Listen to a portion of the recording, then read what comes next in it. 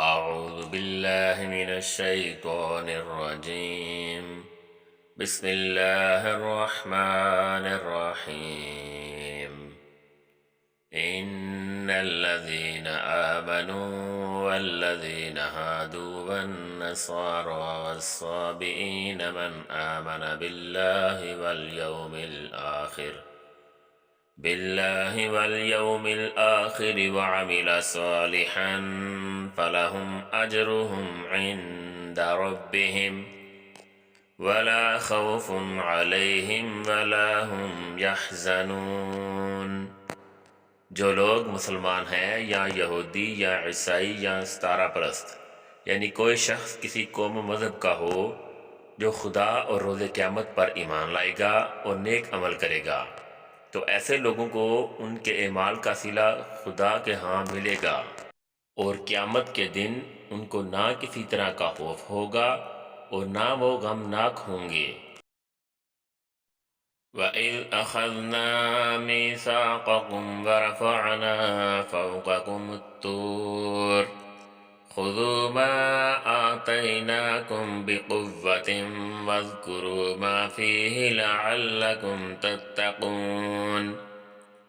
اور جب ہم نے تم سے عہد کر لیا اور کوہ طور کو تم پر اٹھا کھڑا کیا اور حکم دیا کہ جو کتاب ہم نے تم کو دی ہے اس کو زور سے پکڑے رہو، اور جو اس میں لکھا ہے اسے یاد رکھو تاکہ عذاب سے محفوظ رہو۔ ثم توليتم من بعد ذلك فلولا فضل الله عليكم ورحمته لكنتم من الخاسرين۔ تو تم اس کے بعد عہد سے پھر گئے، اور اگر تم پر خدا کا فضل اور اس کی مہربانی نہ ہوتی تو تم خسارے میں پڑ گئے ہوتے۔ وَلَقَدْ عَلِمْتُمُ الَّذِينَ اعْتَدَوْا مِنْكُمْ فِي السَّبْتِ فَقُلْنَا لَهُمْ كُونُوا قِرَدَةً خَاسِئِينَ۔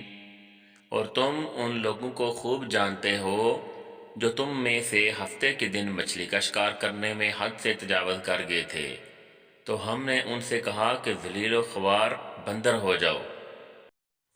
فَجَعَلْنَاهَا نَكَالًا لِمَا بَيْنَ يَدَيْهَا وَمَا خَلْفَهَا وَمَوْعِظَةً لِلْمُتَّقِينَ۔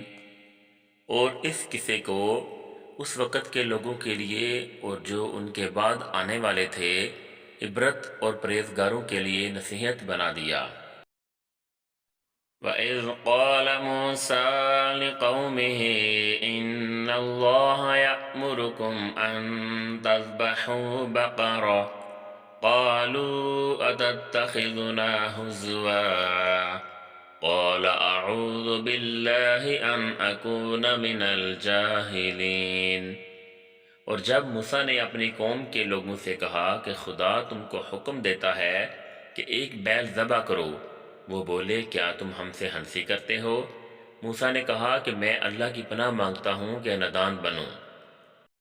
سبحان اللہ، جزاک اللہ۔ چلے جی، آج کے لیے اتنا ہی کافی ہے۔ انشاءاللہ بہت جلد ایک نئے ویڈیو کے ساتھ آپ کے سامنے حاضر ہوں گا۔ تب تک کے لیے مجھے اجازت دیجیے۔ اللہ حافظ، اللہ نگہبان۔